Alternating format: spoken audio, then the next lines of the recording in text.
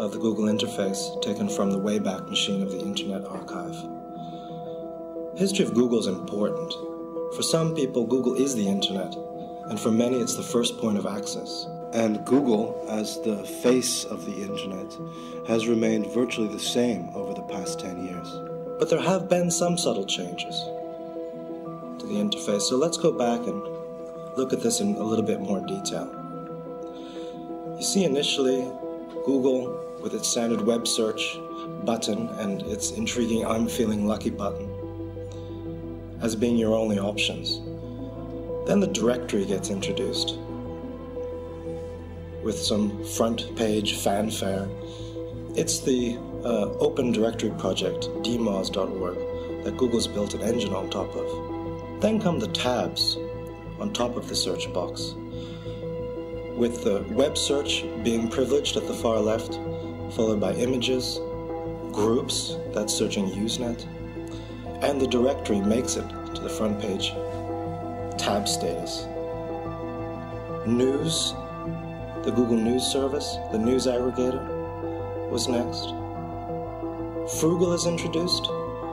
That was that price comparison e-commerce service, and that stayed on the front page for a while, then was dropped. Followed by local, which later became Google Maps.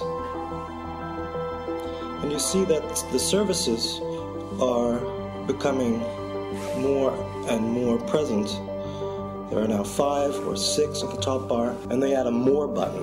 And what we're interested in is which services remain on the front page and which get relegated to more or even more.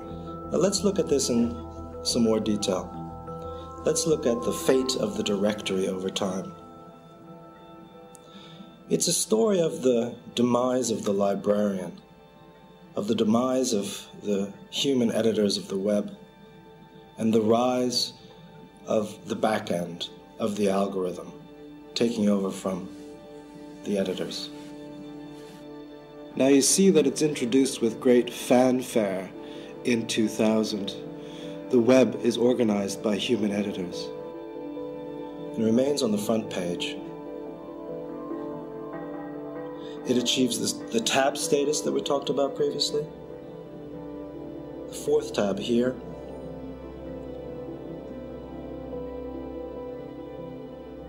And keeps its place on the front page, even as other services are introduced.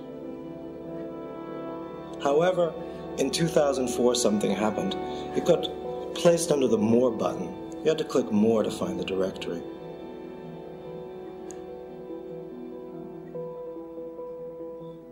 And in 2006, if you clicked More, the directory wasn't there.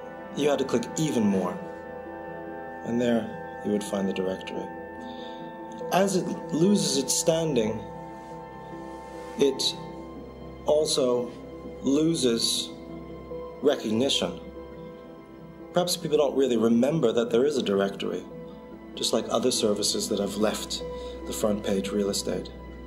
Also of interest are the services that climb from being even more to more and all the way to the front page. But with the directory, it's a sadder story.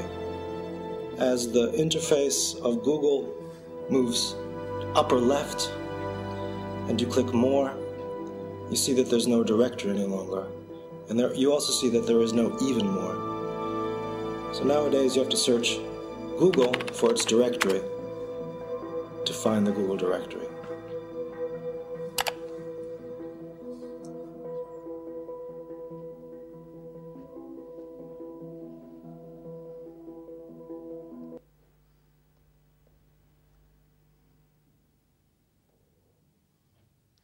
Now, it's a story of the rise of the back end, the rise of the algorithm as being something that is challenging, severely challenging the human editors. And just to give you an example of the dominance of this kind of algorithmic ranking over a sort of more kind of a library science approach, I had a look at Yahoo, which is the original if you will, the original web directory. Yahoo at the time was heralded as being the new sort of web library scientists, etc. But now, let's get rid of that. But now when you query the Yahoo directory for a particular term, now you see here I've queried it for human rights, what you get nowadays is a ranked list. Now it used to be that you would get an alphabetical list. Alphabetical, right? So not privileging one particular source over another. What you see here is that these, when you type in human rights, these particular organizations are ranked by something called popularity. Yeah? It's algorithmic ranking culture taking over from a kind of traditional library science. And you see that there are new hierarchies of credibility being introduced by the algorithm. The engine. How's the engine normally studied? Engines are oftentimes studied as sort of inclusion and exclusion devices, oftentimes thought of as devices that bury sites because sites don't get enough links. We just heard about how a particular project by the Magellan Project is actually helping to find sites that are not indexed by search engines because the sites might not get enough links, there might be orphan sites, etc. So oftentimes engines are discussed in terms of inclusion and exclusion, so you're very, very far down in the rankings, so you'll never be seen, or you're not indexed, etc. There are dark webs. Also engines, interestingly enough, are now being caught up in the kind of discourse around the internet and like kind of attention deficits. You see increasingly that users of search engines are not going to even the second page of results, increasingly. Yeah? They're also clicking on oftentimes the first few results. Yeah? There's a lot of research being done in this particular area. And how it's being interpreted in the humanities, in the sort of crisis in the Republic of Letters, if you will, is that the contemplative man, this is Nicholas Carr, if you read this, the contemplative man is being replaced by the flickering man or the clicking man, just like continually moving from page to page, even more extreme than a remote control user of the TV, than surfing. And there's also a new term that has emerged. It's called wilfing. So wilfing has taken over from surfing. Wilfing is a term that's a British term that stands for what was I looking for? You wilf on the web. So the contemplative man is gone because of search engines.